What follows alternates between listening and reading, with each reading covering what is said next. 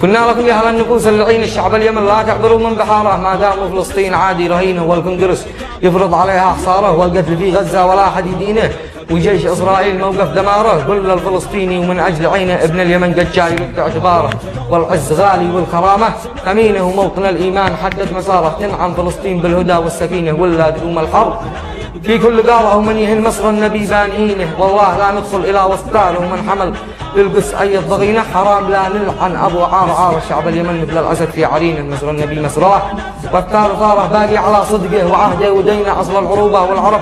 والحضارة الصهيون بايخضع ويحمي جبينه في حربنا بالغصب أو باختياره ومن وثق بالله رفي عينه والحرب خدعة والسياسة شطاره مسكين بنيامين بكر بحينه يشقى على بطنه وقرح ضماره ولن تكن أول وآخر سفينة عدبان دخلكم حروب الإغارة وبيننا يا أهل القلوب الهجينة يوم السفندرسي وسط كل حارة يوم السفندرسي وسط كل حارة